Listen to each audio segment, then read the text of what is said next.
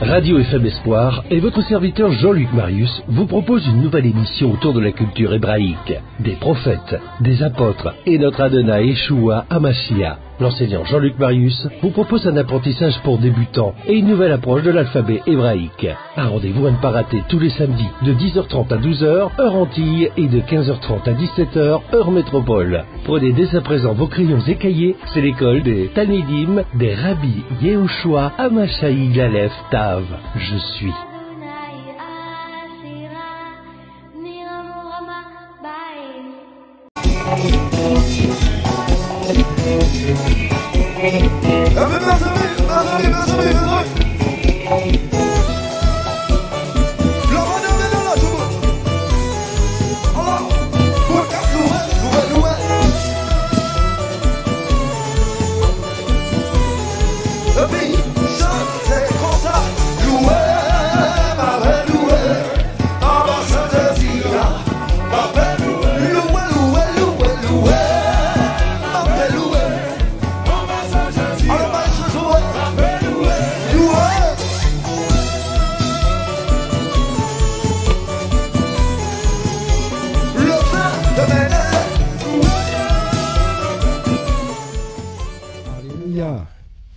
Shalom, shalom, shalom tout le monde. Shalom, Shabbat. Nous sommes le samedi 23, 23 mars. Alors nous sommes presque à la pleine lune. On parlera un peu tout à l'heure, la pleine lune. Et il y aura une éclipse lunaire ce mois-ci. Alléluia, on parlera de ça un peu tout à l'heure. Alors, nous saluons tous les auditeurs de Tropical 89 qui nous écoutent en direct et nous saluons aussi nos frères et sœurs de la Martinique du côté de la côte atlantique sur Radio FM Espoir du côté de Basse-Pointe. Alors, on salue toutes les familles, tous ceux qui nous connaissent. Alors, c'est votre serviteur Jean-Luc Marius. Alors, nous sommes dans l'émission Aleph Tav. Aleph, c'est la première lettre en hébreu. Et Tav, c'est la dernière lettre. Et chaque jour, nous mettons un nouveau programme avec vous. Alors, nous allons apprendre chaque jour une lettre, chaque Shabbat, chaque émission. Et puis, nous allons apprendre aussi un nom propre, le nom d'une ville, le nom de quelqu'un, son origine, un nom biblique, et puis une expression biblique. Aujourd'hui, l'expression, ce sera Purim. Alléluia. Alors, je salue Dalina, qui est sur le plateau avec nous. Shalom, shalom. Bonjour les auditeurs de Tropique 89, Radio FM Espoir, et les auditeurs de YouTube. Amen, amen. Alors, nous avons un invité avec nous. Alors, le temps d'enlever le partage. Voilà. Nous avons un invité avec nous. C'est Christian. Le temps de partager Christian. Voilà, Christian, il est là. Bonjour, Christian. Bonjour Jean-Luc. Alors, comment vas-tu? Écoute, ça va très bien avec la grâce du Seigneur. Puis je suis très content d'être ton invité aujourd'hui, car je sais que je vais apprendre des choses. Et tu vas nous apprendre aussi des choses. Amen. Certainement. Parce qu'il va nous apprendre des choses. Alléluia. Alors aujourd'hui, Gandalina va nous présenter une lettre de l'alphabet. Et la lettre que tu vas nous présenter aujourd'hui, Gandalina, c'est quelle lettre? La lettre Aleph. La lettre Aleph. Alors, nous allons montrer la différence entre le Aleph et le Alpha. Ce qu'on dit Alpha et Oméga. Et on va voir la différence de la prononciation. Et puis Christian va nous proposer, lui il a 2 casquettes aujourd'hui. Alors, je vous rappelle que cette partie de l'émission, je l'intitule, cette rubrique, je l'intitule 2 mots, 4 paroles en hébreu. Alors, la première parole, c'est Gandalina qui va nous donner, c'est la lettre Aleph. On va dire qu'est-ce qu'elle signifie, son origine, quelle est sa forme actuelle et quelle est la forme à l'époque, au tout début. Et puis Christian, lui, il a, comme je disais, deux mots, 4 paroles. Oui, mais il a deux casquettes. Deux casquettes là aujourd'hui. Alors, qu'est-ce que tu nous vas présenter aujourd'hui, Christian? Qu'est-ce que tu as de bon à présenter aux éditeurs de Tropical 89 et Radio FM Espoir et nos amis sur YouTube? Alors, donc, premièrement, j'aurais à expliquer le mot Moshe, le nom Moshe. Oui, le nom Moshe qui est le plus souvent traduit dans nos Bibles Moïse. Voilà, le plus souvent traduit dans nos Bibles. En fait, c'est le nom propre du jour. Alors, voilà. Des fois, ce sera le nom de quelqu'un ou le nom d'une ville, le nom d'un lieu, du moins. Et puis la deuxième partie, c'est... Et la deuxième partie, ce sera Purim. Purim. C'est ça. Voilà, c'est le nom d'une fête.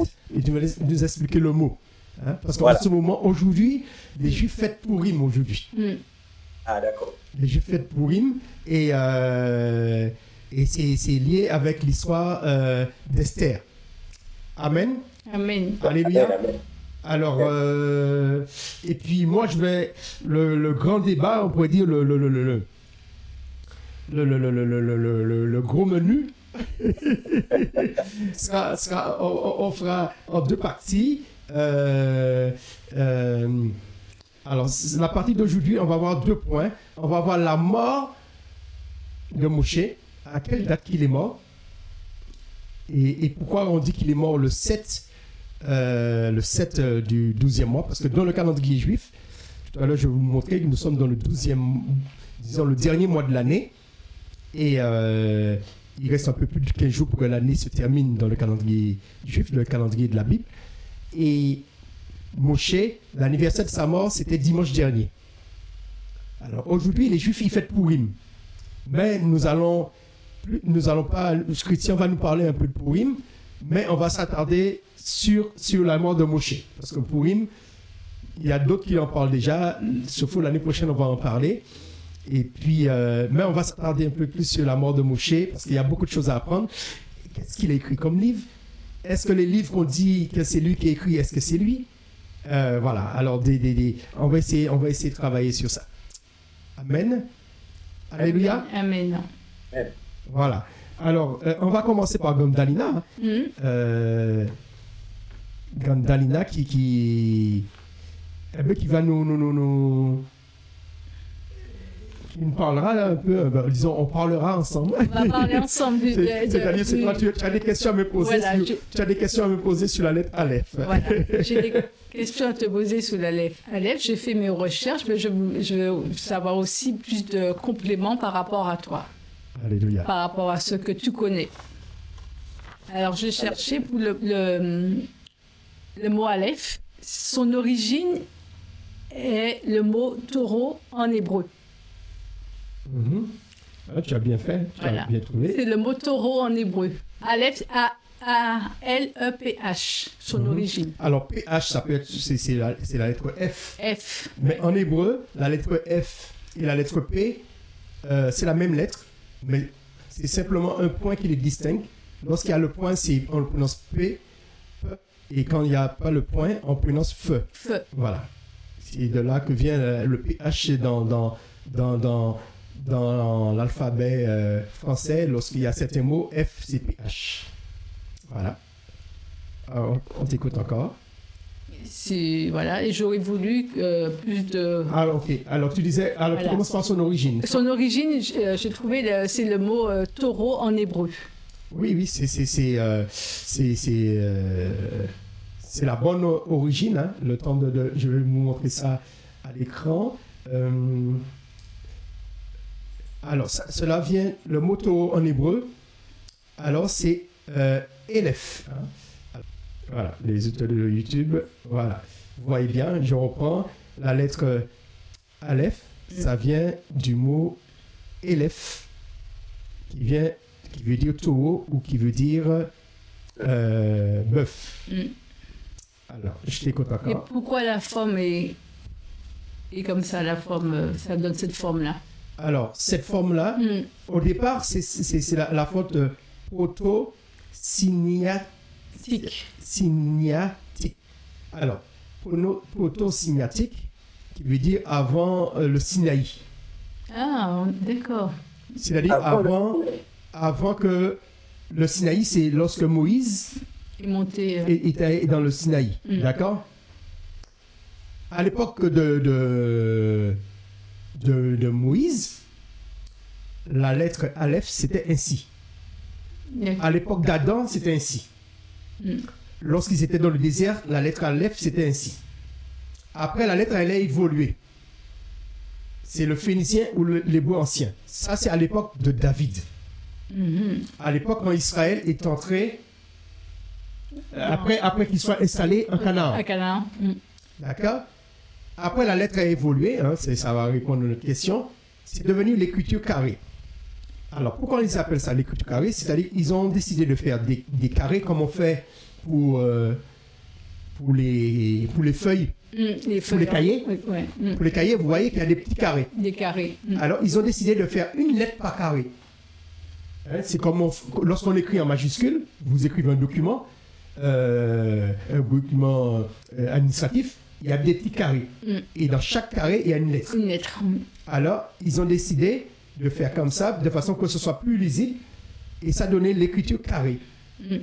Alors, qui veut dire que c'est cette écriture que les textes de la Bible est écrite.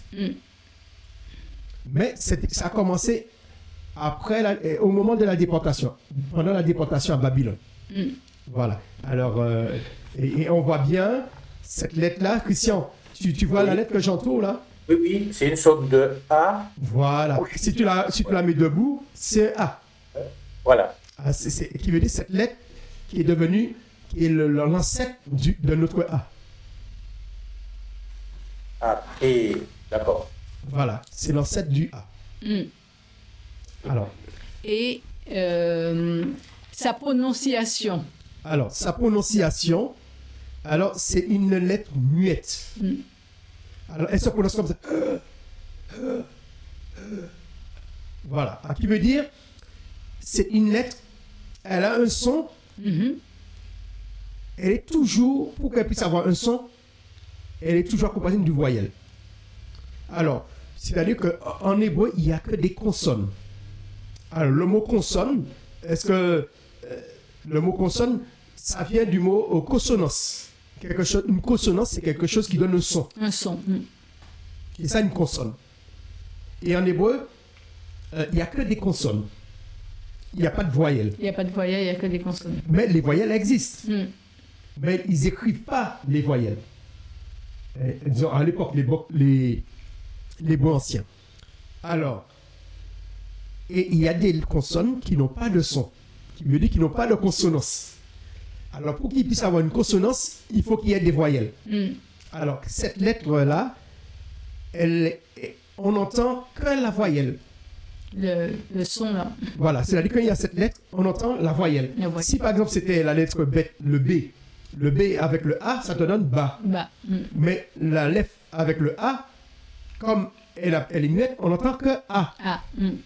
Lorsqu'on dit Adam commence par cette lettre-là, par la première lettre de l'alphabet. Lorsqu'on dit Elohim, commence par cette lettre-là. On entend le son E. Parce qu'en hébreu, il y a 7 voyelles. Alors, les voyelles, c'est pas comme chez nous. Il y a certaines qui existent chez nous, il y a d'autres qui n'existent pas. Alors, la première voyelle, c'est I. Un hébreu. Un hébreu, c'est I. La deuxième voyelle, c'est E. E comme Elohim. Et Eden. Voilà. Et la troisième voyelle, alors il y a E et E. Vous voyez? Il n'y a pas la voyelle E, mais il y a la voyelle E, il y a la voyelle E. Et puis il y a la quatrième voyelle, qui est la voyelle A, comme on a. Et puis il y a une autre voyelle qui est entre le A et le O. Ça se prononce O. Mais aujourd'hui, en hébreu, on ne la prononce plus, on dit A, simplement. Et puis il y a le O. Le O, Et puis, la voyelle OU. OU, c'est celle qu'on écrit U. Nous écrivons U, mais en hébreu, le U se prononce OU. Quand on dit Yeshua, des fois on met un U, mais ça se prononce OU. À chaque fois que vous voyez un U dans un nom hébreu, c'est OU il faut prononcer. Yerushalayim. Tu vois? C'est pas Jérusalem, c'est pas le U. Il faut dire Yerushalayim. Le U. Chaque fois, il y a, par exemple, on dit Ruben, mais c'est pas Ruben, c'est Ruben. Ruben. Voilà, ce sont ces voyelles. C'est I, E, A, O et O et U. Et ce qui est intéressant, c'est ces voyelles-là, elles sont dans toutes les langues. Parce que, bon, ça fait 7 voyelles, mais en fait, les Hébreux, ils ont imaginé, je vais mettre la caméra pour nos auditeurs, voilà, je vais faire... Alors, Christian ne voit pas pouvoir... Ah oui, il va pouvoir voir quand même. Alors, il faut imaginer, c'est comme les couleurs, il y a 3 couleurs primitives. Et en hébreu, il y a 4 voyelles primitives. Il y a le I, le A et le OU. Voilà. Alors, I, quand tu fais I, alors fais I pour moi. I. Et puis, mais garde la bouche la façon que tu fais le I. I. Voilà, ta bouche est tirée en arrière. Tirée, voilà. Ça veut dire que le I, c'est une extrémité comme ça. La bouche est très fermée et tirée en arrière. Et au milieu, tu fais A, mais tu gardes la bouche ouverte. A. Le A, ta bouche est ouverte. A. Et puis maintenant, tu fais le OU. OU. Tu vois, ta bouche, elle est fermée. Ouais. C'est ça les 3 voyelles primitives. Et ils ont décidé, dans toutes les langues, entre le I et le A, mettre des voyelles, des demi-voyelles. Alors, entre le A et le I, si tu mets AI, ça te donne quoi en français? Et. Ça te donne E. Et. C'est la deuxième voyelle. Ah, d'accord. Et AI te donne aussi... Christian, il y a E, ça te donne quoi aussi? E. Ça te donne E. Alors, tu veux dire, ça te donne le I, le E, le E.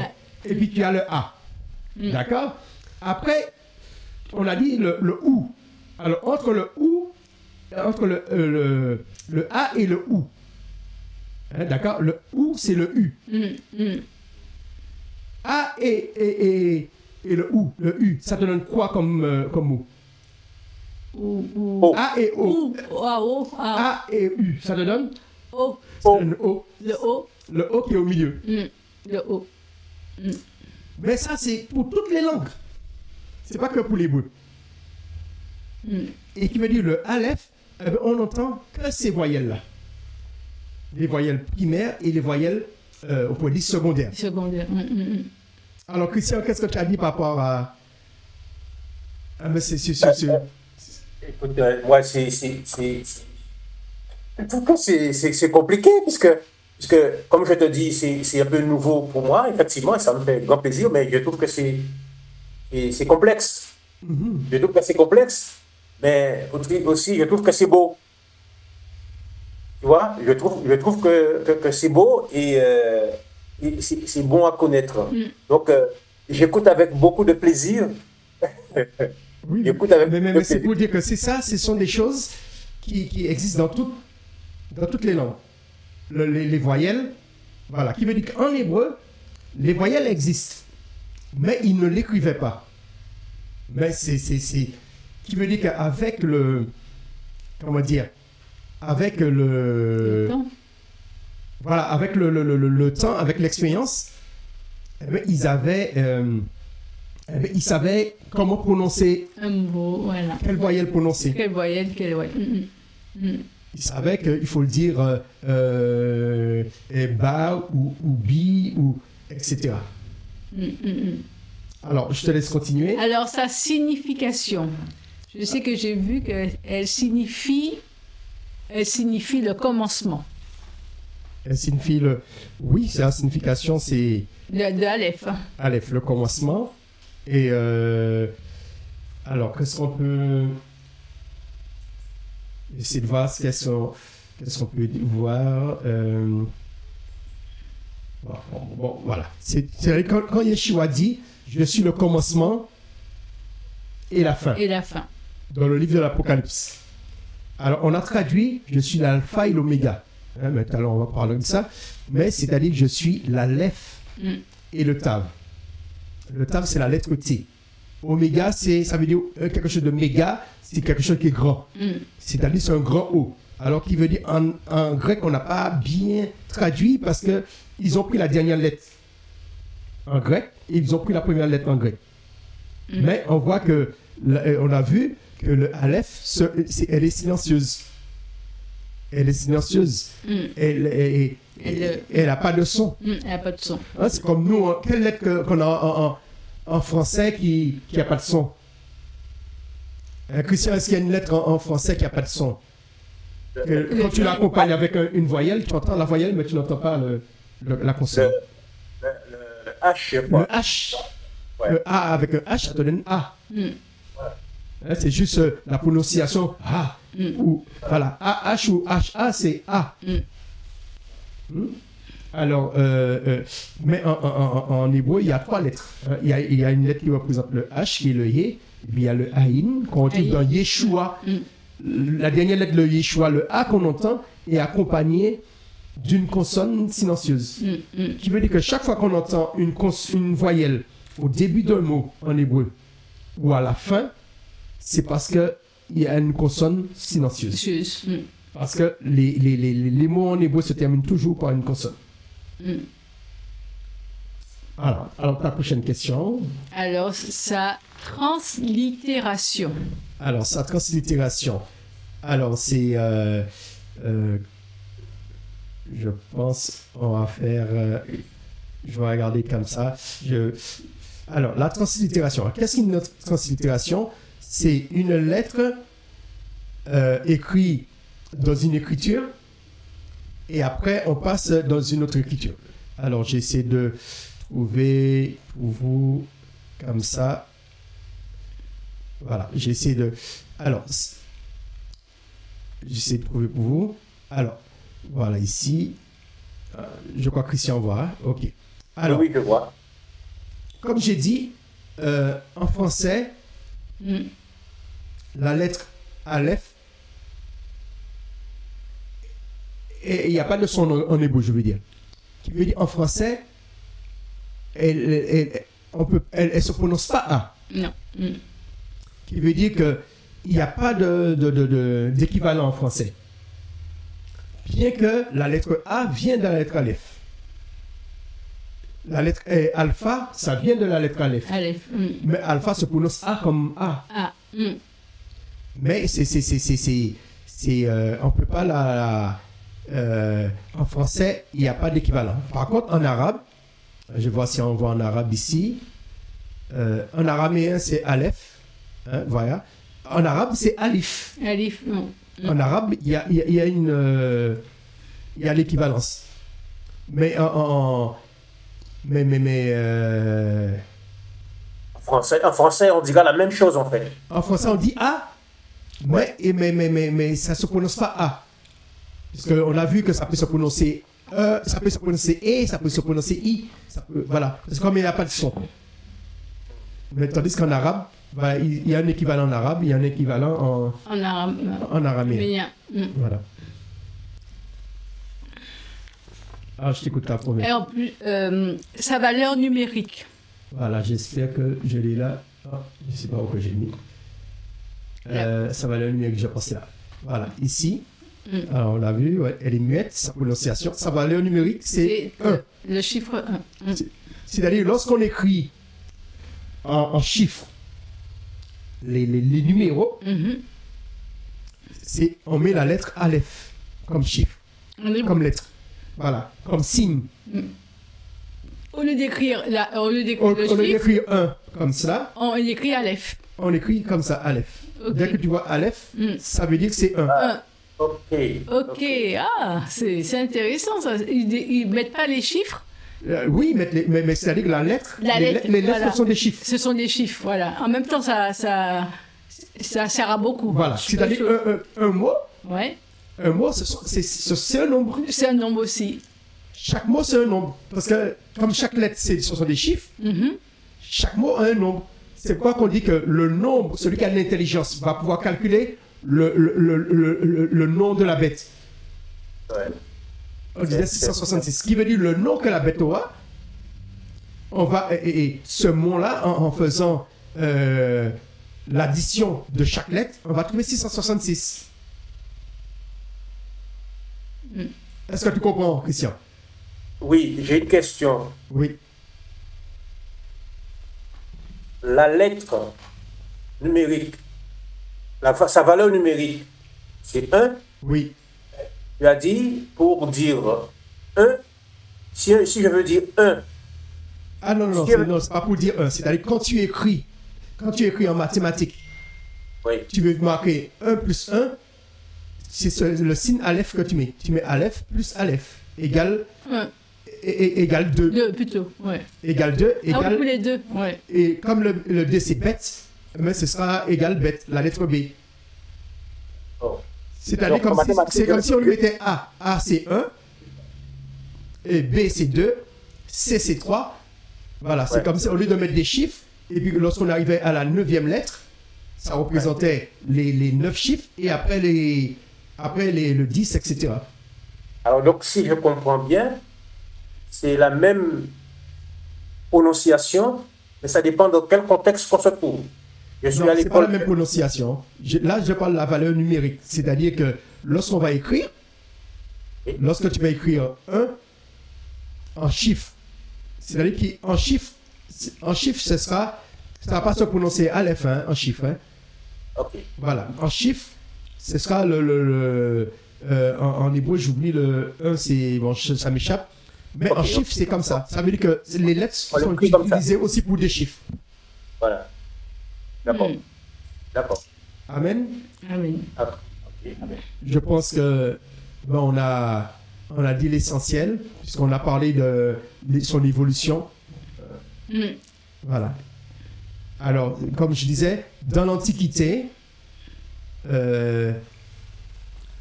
avant la rentrée en terre de Canaan, lorsque le Seigneur a écrit les 10 commandements, c'était des lettres comme ça, il écrit les 10 commandements, avec des lettres ainsi. Il a écrit. Voilà, c'était cette écriture. Mais les psaumes de David sont écrits avec cette écriture. Et puis, tous les livres que nous avons qui ont été écrits après la déportation, les livres des prophètes, etc. C'est avec les. Voilà, même si ce sont des histoires qui se sont passées avant, mais comme ce sont des livres qui ont été écrits après, Après, ouais. ils sont de cette écriture-là et ça permet, c'est une écriture plus lisible. Voilà. Comme toute écriture, l'écriture évolue. Comme la langue, ça évolue. C'est de façon que ce soit plus facile ou que ce soit plus rapide à écrire. Avant, même comme nous en français.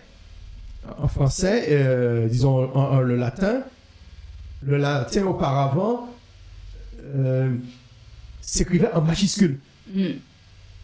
Tout était en majuscule. Et pour aller plus vite, ils ont mis les minuscules. Et je crois que c'est Charlemagne qui a inventé, je crois, qui a demandé pour pouvoir écrire. Et je crois lui, il savait même pas, il savait pas lire et écrire. Mais il a inventé, je crois, l'école. Mais il a aussi, c'est lui qui a demandé. Pour aller plus vite. Voilà. Mais ils ont inventé les minuscules. Au lieu d'écrire tout le temps en lettres, en minuscule, on y va plus vite. Plus vite. Alors, l'écriture, c'est ça. C'est-à-dire que parce qu'il fallait écrire des textes. Alors, pour aller plus vite, voilà, on invente d'autres écritures. Voilà. C'est quoi, même en hébreu, vous avez cette écriture-là, mais ils ont une écriture qu'ils appellent l'écriture, mais j'oublie, mais qui permet d'aller plus vite au lieu d'écrire carré par carré, etc. Amen. Amen. Ok, alors je ne sais pas si tu nous as tout dit. Hein? Si. C'est bon pour la lettre Aleph. C'est bon pour la lettre Aleph. Pour une lettre Aleph, elle a beaucoup de sens. Hein. Parce qu'il y a son origine. L'Aleph, c'est soit le taureau ou le bœuf en hébreu. Voilà. Et non, mais c'est super de connaître les choses d'avant aussi. Et du coup, la valeur puisque l'alphabet a évolué dans le temps, parce qu'on a vu l'écriture du Seigneur, voilà. On a vu l'écriture des Hébreux, et puis après on a vu arriver jusqu'à David, il y a eu évolution. Mais ça ne change pas la signification. Voilà, dans sa signification et dans le poids. Dans le poids. Dans le poids de ce que Dieu avait écrit, je veux dire. C'est-à-dire que on peut passer de ce que Dieu avait écrit à notre français directement et ça ne va pas perdre sa valeur. Amen. Non, c'est ça, ils ont toujours gardé le sens profond. Ouais, voilà. Ils ont toujours gardé le sens profond et non, je bénis le Seigneur pour cela. Amen. Alors, on passe une page musicale et puis on se retrouve avec Christian qui nous parlera de Moshe et de Pouim. Alléluia. Amen. À tout de suite. Alléluia. Soyez bénis.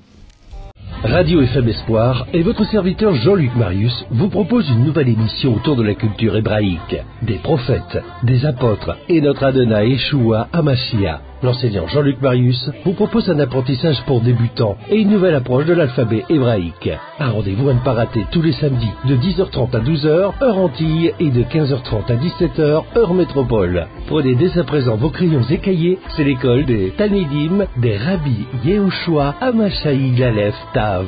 Je suis.